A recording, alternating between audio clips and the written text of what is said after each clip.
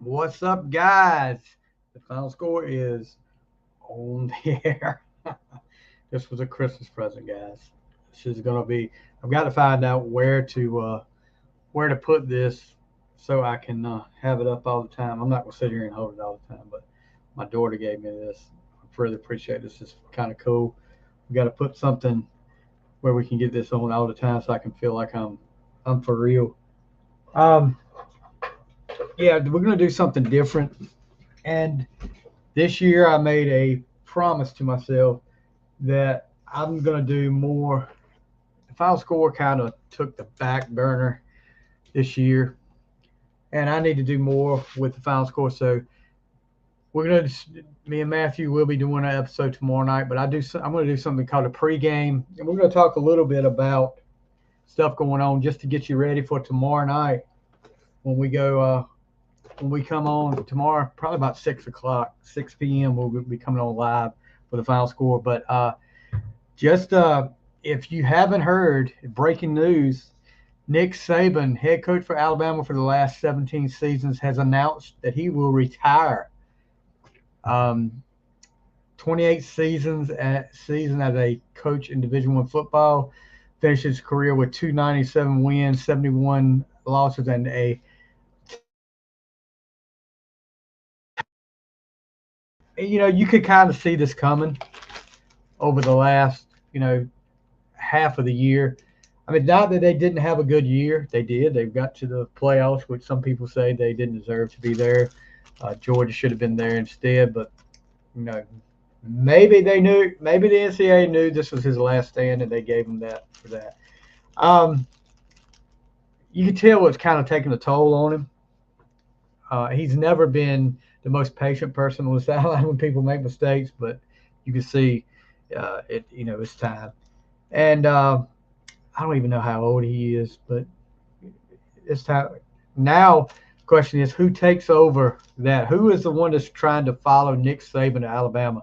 After Bear Bryant, there was a stretch there where they had some struggles with head coaches, and I think, gosh, who was it that won the national championship in '92? He was an older guy. I can't remember off the top of my head now, but anyway, Nick Saban retiring. Also in the coach, this is a week after the regular season in the NFL. You always have Black Monday, and Arthur Smith gets fired. Ron Rivera gets fired. The GM for the Commanders and the Panthers gets fired. Pete Carroll announced today that he would not. He was still with the Seahawks organization, but would not be back as head coach, which is kind of surprising. Mike Vrabel, which I think is such a shock that he is now on the unemployment line. Somebody should go get him quick.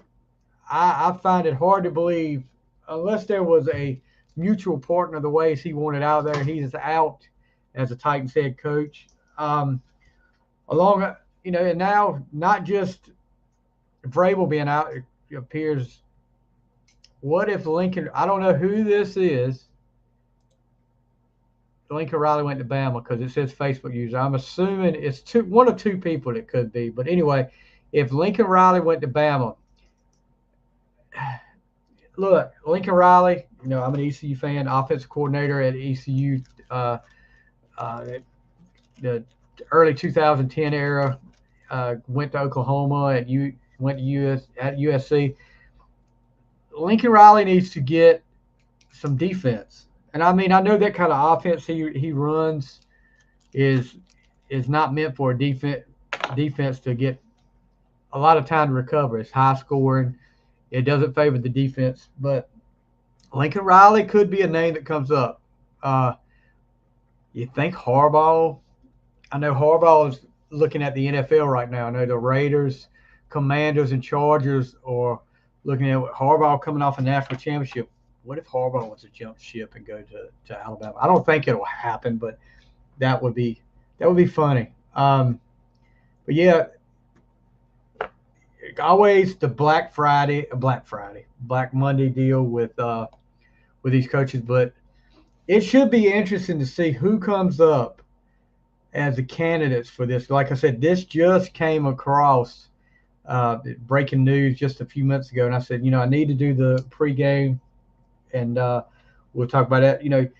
Derrick Henry apparently gonna be gone from the Titans. He kind of made his speech after the game on Sunday. Also, it looks like Justin Fields had his speech about he's going to be out of Chicago. Chicago clinched the number 1 draft pick by the Panthers. They've got the Panthers pick, so they get the number 1 pick, and it's going to be a quarterback probably. So his days in Chicago are probably over. I want to talk a little bit playoffs. The NFL playoffs start this weekend. This is going to be kind of quick, guys. NFL playoffs start this weekend, and my Steelers make it. Somehow they make it. They had to have help, but they made it. They will probably get tore up on Sunday at 1 o'clock against Buffalo. Talking about the weather is going to be god awful. Might be 50-mile-per-hour wind, snow. Which they're the Steelers. They're used to the snow part. I mean, I don't know if anybody playing football is used to like 50-mile-an-hour winds. So it could favor the run game, which is going really well for Pittsburgh right now. But we'll see about that. Looking at the playoff schedule, I guess Saturday, Cleveland versus Houston is the leadoff game. Miami at KC Saturday night. Then Pitt, Buffalo start off on Sunday. Green Bay at Dallas at 4:30. The Rams in Detroit. Goff versus Stafford. The guys that got switched out. That should be an interesting battle there. And then Philadelphia and Tampa Bay. Wow, Philadelphia has really gone down in the tubes, guys, over the last 3 or 4 weeks of the season. I don't even know if they'll make it past Tampa Bay if they don't play any better than they have this last part of the season. I want to talk about, Steelers making the playoffs. And one of the things we talk about, let me go get one, by the way. Well, it's not. Yeah, hold on.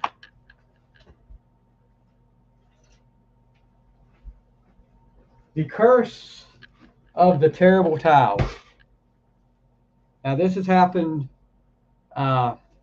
several times in the past. The terrible towel is what Pittsburgh's calling card, Myron Cope, came up with this idea back in the 70s. But 3 teams have decided in the past to tempt fate and dishonor this towel. First was, I think, Tennessee Titans did it, and I think the Bengals did it the same year. T.J. Houshmandzadeh and a bunch of the Titans on the sideline after beating Pittsburgh in the regular season, using it to shine their shoes and all this other stuff. Titans had the best record in football, lost in the divisional round. Then the Bengals, of course, we remember the Bengals that year in the wild card game. Pittsburgh beats them. And now, week 8 of the season after the Jaguars beat the Steelers, safety Andrew Wingard was on the sidelines disgracing the terrible towel. Guess what, Jaguar fans? You didn't make the playoffs. You were leading the AFC South. Had a chance to get to the playoffs. Was one of the better teams in football, and down the stretch, you play worse than the Eagles, if that's possible. But thank you, Andrew Wingard, for that. Now, while you on the sidelines making a mockery of that, you're sitting at home eating popcorn, watching the playoffs this week. And Pittsburgh may lose this week, but guess what? You're sitting there watching it at home, and you can use the terrible towel, whatever you want to, but I guarantee you won't do that again. Travis Kelce, the whole Taylor Swift deal. This is the first year, and I forgot how many years, that Travis Kelce does not have 1,000 yards receiving. Coincidence? Yeah, it probably is. I mean, he did miss. Well, I mean, he missed one game, but it's just feeding. It's fueling the fire. It's fueling the fire for all these people that want to get the Taylor Swift, blame Taylor Swift for everything, and how the Chiefs have not played. And, you still know that the Chiefs are a dangerous team. but they had not played up to. Yeah, they won the AFC West. They're what 11? Were they 11-7, something like that this year? Um, but yeah, it's just adding fuel to the fire. You guys, if you didn't see what happened on the Golden Globe Awards with Swift, the host made a joke about Taylor Swift. She was not happy about that either.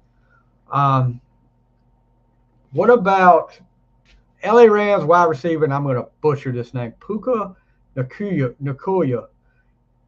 Entered the record books, set the rookie single season record for receiving yards. Um, he broke the record Bill Groman set in 1960. Who is Bill Groman? I've never heard that name. 1,473 yards, and he definitely got it. And he also got who threw in the pass, but paper MVP Carson Wentz. Still out there, still making a name for himself, I guess.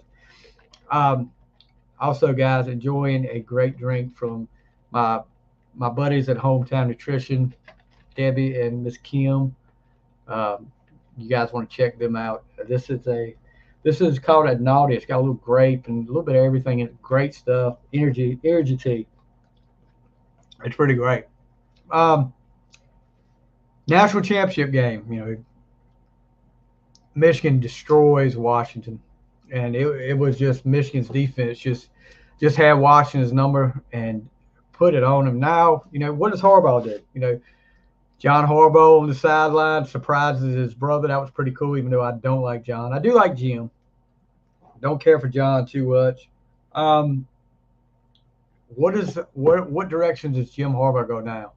I know he's hired somebody to get some feelers out there for the NFL again.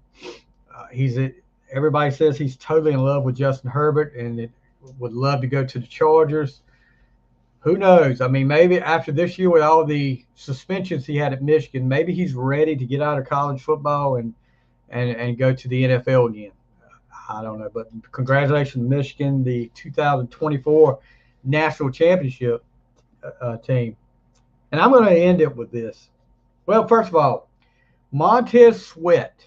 You guys remember him with he was the former Washington Commander Redskin, traded mid-season to the Chicago Bears. The first player to lead two teams in sacks in the same season. He led to the Commanders and the Bears in sacks. And I understand Washington getting rid of some people, but you might wanted to keep him around for a little longer. But they got to do what they got to do. They'll start over next year, the same way they do every year. I know Lynn Bryant was my buddy, former guest host and member of the Five School family, was totally ticked off on Monday morning and was glad to see Ron Rivera go. His quote was, "I hope they all get fired." All right. Going to end it with this. Jameis Winston, the New Orleans Saints. And this has been, it's kind of died down the last part of the week, but man, Sunday night, Monday morning, this was all over the place. And I've got my opinion on this. You may not agree with it, and that's fine. It's not going to make, I have to say this, it's not going to make me hate you or dislike you because you disagree with me. Jameis Winston is a punk. I don't care what you say about, great teammate, great team player. No. And Shannon Sharpe, I don't agree with a lot of what Shannon Sharpe thinks, but I was totally spot on with Shannon Sharpe. If you didn't see it, the Saints are up 41-17 late in the fourth quarter. That Tyrone Matthew, Honey Badger gets an interception, takes it down to the 1 yard line. It's like a minute left. They put the backup quarterback, who couldn't get the job done anywhere else, Jameis Winston, in the game. Saints coach sends in a victory formation, kneel the ball at the 1 yard line. Now, I can't remember the running back's name. He led the NFL with 17 rushing touchdowns last year and didn't have one this year. So Jameis Winston decides it's time. You know what? We're going rogue. We're gonna go in victory formation, and we're gonna get him a touchdown.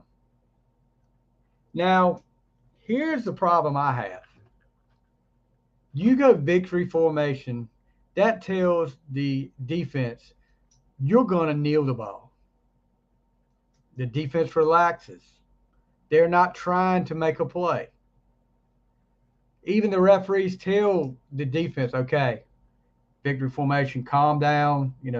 They go, they go ahead. The linemen go ahead, but and sometimes some of these idiot linebackers will try to make a play and it doesn't work, which I'm totally against that too. So they decide we're gonna do a running play, and they score. So of course, after the game, Arthur Smith, who was fired the next day by the Falcons, is understandably upset and talks trash to Allen, the Saints coach, and you can hear it on the field. And you're making Jameis Winston has always had that little attitude, like no matter what, I'm the best. You threw 30-some touchdowns and followed that up in the same year with over 30 interceptions. You were the first one to do that. That's not a good thing. You could never leave Tampa Bay to the playoffs. Tom Brady did it with pretty much the same team. We led them to a Super Bowl. There's a reason you're a backup. There's a reason why the Saints went out to get Derek Carr. And to hear him in the interviews, this was nothing but to get him more attention, to keep him visible. If I'm that coach, he's not on my team next year. You can say what you want to. You can argue with me till you're blue in the face. But if you're a coach and you call that play, you call a victory formation, kneel the ball, and your backup quarterback goes rogue and decides, I'm going to make this call. First of all, they're not looking at that quarterback. They're looking at the head coach. It's his fault.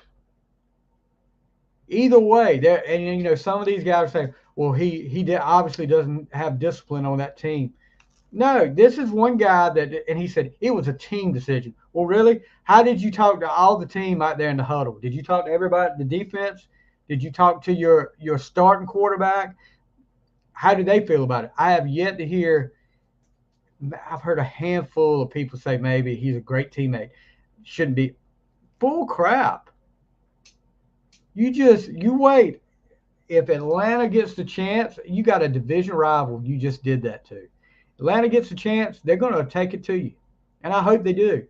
And I hope Jameis Winston gets popped every time. Every time he gets sacked or whatever mistake he makes, it's just beyond me that he justified that, going against the coach. And, I'm sure it's happened before. But the fact of the matter is you were in victory formation, and you did this crap. Everybody brought up, well, Dan Marino faked spike and then threw a touchdown.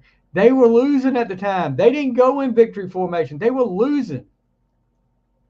That's different. That you're not seeing the point. If you wanted to do a running play and get that guy a touchdown, run a regular formation and then try to get a touchdown. Give the defense that chance. And you're up 24 points. He said, well, it couldn't get much worse than that. They're up to it. Let me ask you this, Jameis Winston. If the shoe's on the other foot and it's the Falcons doing that to the Saints, how do you react? I'm sure you're going to say, oh, we would have been fine with it. No, you would not have been fine with it. If you were the coach for that, if you were the coach for the Falcons, you would act the same way. It was classless. It was despicable. There's no call for that in football. And everybody said, well, they're grown men. Yeah, but, you got an unwritten rule. How many times have you seen that happen? I can think of maybe one time that happened. The Eagles and the Cowboys, back when Buddy Ryan was coaching the Eagles, I think they They faked victory formation and Randall Cunningham threw a pass for a touchdown. And it was not right then. It was despicable. Yeah, it just kills me. But anyway, that's going to do it for this. Like I said, guys, breaking news. Nick Saban announces he is going to retire after 17 years with Alabama uh, and I think 7 national championships. Definitely one of the best coaches, if not the best coach ever in college football. But you guys be sure to tune in tomorrow night. We're going to probably go on the air about 6:30 tomorrow night live. Be sure to get your comments in here. Me and Matthew will be here. Matthew's supposed to be here. If Matthew's not able to be here, it'll be one-on-one. So you get your comments in and get your questions in. But guys, have a great rest of your day, and we'll see you next time on the final score.